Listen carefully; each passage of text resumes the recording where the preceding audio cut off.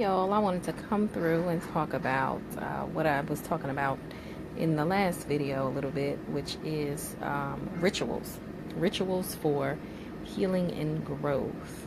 And I was saying a little bit about in the last video how rituals can assist young people in particular in understanding themselves, understanding how to deal with grief, perhaps how to deal with pain, how to transition major life transitions, rites of passages, as you will, if you will, to develop a healthy way of navigating the world, right? Because we have rituals in our society, right, that are kind of out of whack. Let's just be honest here. So, for example, the rituals that we perform, I know when we hear ritual, we probably think of like fire burning in a cauldron pot and, those kinds of things. But a ritual is simply how you get up in the morning and what you do when you get up in the morning. If you get up and you wash your face and brush your teeth and pray, then that's your ritual. If you get up and you yell and you're frustrated and you're worried about bills, that's your ritual, right? So we have to be cognizant and conscious of the rituals that we perform on a daily. Our lives should be our ritual, really.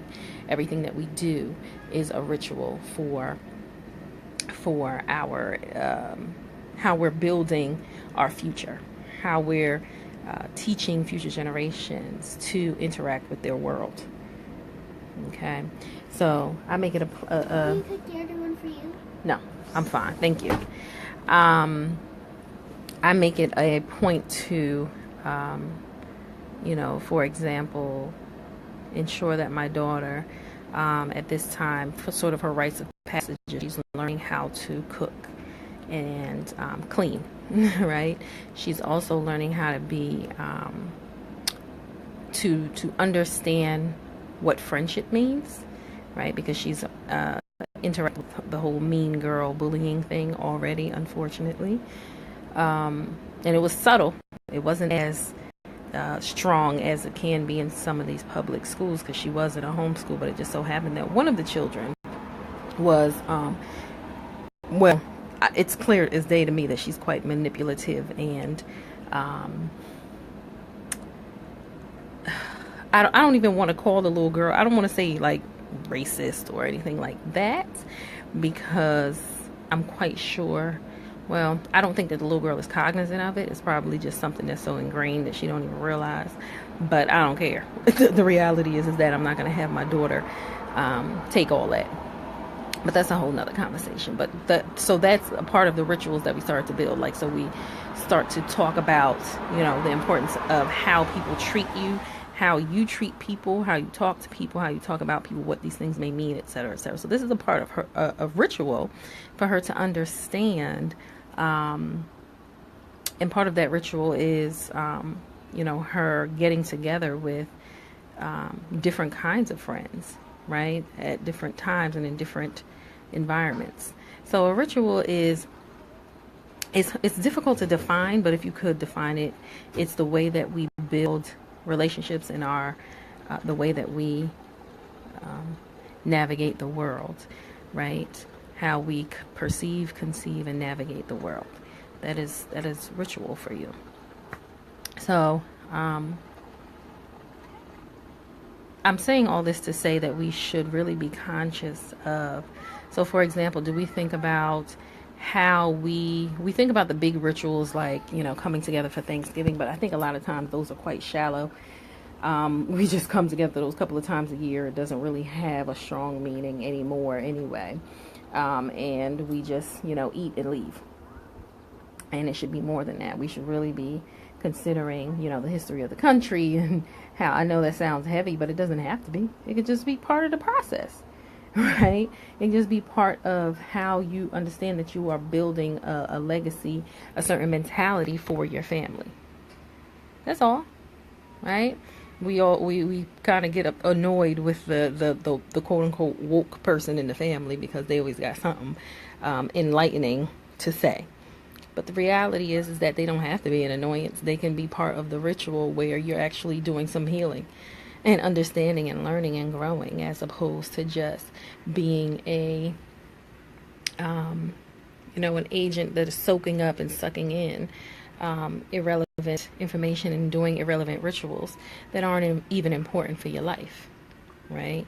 We look at people who come here from other countries, come to this country, America, from other countries now, who immigrate, and we see that there's a lot of their ways that they're not giving up. It's not because necessarily they're stuck in their ways. It's because, it has meaning. There's ritual and meaning in what they do. The way they raise their children, the way they think is part of the fact that they understand ritual very well. Because rituals aren't just for right now, as you well know, it's for future. Right? So how are you building ritual into your life? How are you using it?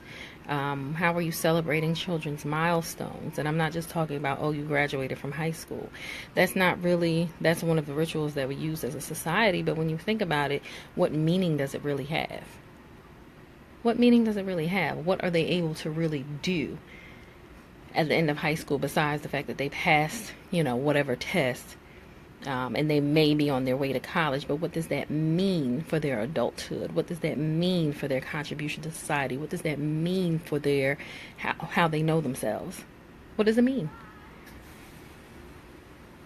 So this is something that I really, want us to think about as we're raising our children, how we're building their character, and how we're doing that intentionally. Some people, you want to expose children to everything that you do. And once you really think about exposing your children to everything you do, then you're going to think about what you do. Right? So I know I expose my daughter to business and entrepreneurship because that's what I'm learning, because I know that that's going to be valuable to her when she gets older.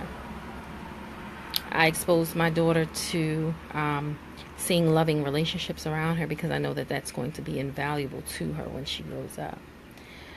So, making sure that I take her, do things that are different so that I can break the generational cycles that of either non-ritual or non-meaningful ritual. Right? And that's something that's ever evolving with me as I come upon new things and learn new things about myself and about what I can do. But it is really a way of thinking. And one of the books, I'm a reader, right? I use this book. This book is called Rituals for Our Times. And in this book, she gives examples of the power of rituals. The symbolic actions of performing rituals, such as, how we do weddings. There's a lot of symbolic actions that we can do at weddings that bring a whole new meaning to joining that couple, right? For example, in this book, she gave an example of a young man who had lost his mother and father by a certain age, and his older brother had to be the one to take care of him. And along the way, of course, he was young. He was maybe about 16.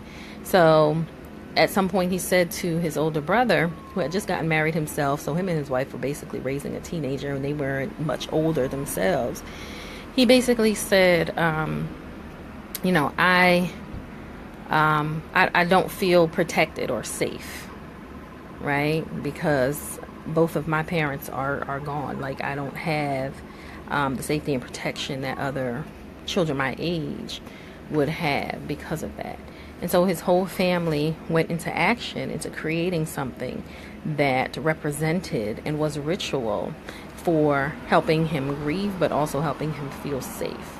And so all of the aunties, the brother, the wife, etc., got together, made him a quilt, and that had different pieces of themselves, different things that his parents owned, etc., so that he could take that with him wherever he goes, so he can know that he was protected and taken care of.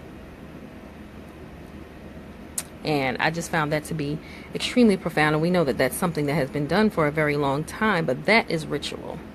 Ritual is when someone is going through something, not saying, "Oh, you'll get over it."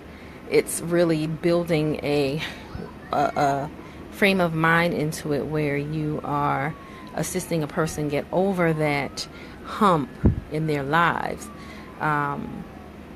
in a way that is sustaining, in a way that is powerful, in a way that has a creative force that is positive.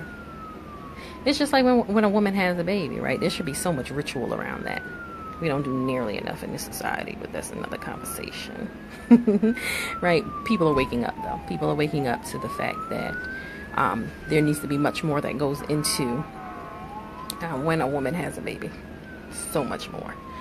But the ritual before, during, and after the woman has a baby is very profound. Because not only are you ushering a new life into this world, so you have to figure out the spirit of the child, what to name the child that's going to be carried with the child, their temperament, things like that, so you can nurture and raise them in an impactful way. But you're also ensuring that the mother is healthy, so that she can have the wisdom and the strength and the stamina that is needed to raise the child as well. And so various rituals are performed with that, whether it be, different things that are done to get the woman's body back into order, inside and out. And of course, nutritionally getting the baby to latch on to the mother. All of these things are ritual. All of these things are very important ritual. The minutest thing that we think is just matter of fact is ritual. And so we really have to be more intentional and build ritual into our lives and be really intentional. Just intentional about everything we do. Everything that you do, ask yourself, why am I doing this? What will be the impact not only now, but 10 years from now, 20 years from now, 30 years from now? How is this being carried on? What is this doing to those that I interact with psychologically, spiritually, emotionally? How is this functioning as something in my family and my world that is impactful and powerful? Those are the questions that you can ask yourself, and you will see quite quickly that you shift the way that you do things as a mother, as a woman. Yeah. Okay. Drop any questions that you have. My name is Cecile of mommyEvolve, and I have so many things coming down the pike, and I know that I've said this before, but now I have time on my hands to get things pushed out. And so, I'm birthing a lot of things, and I'm thankful that I'm birthing those things now. I look forward to interacting with you all on a different level. I know I have some speaking engagements coming up, but I'll tell you all about those more when they're closer. Well, they are, because this month is almost over. My gosh. This month is almost over. Anyway. But yeah, these are just some things, my little blurb on some things for you to think about in your process of evolving, intergenerationally evolving. All right. Deuces. Peace.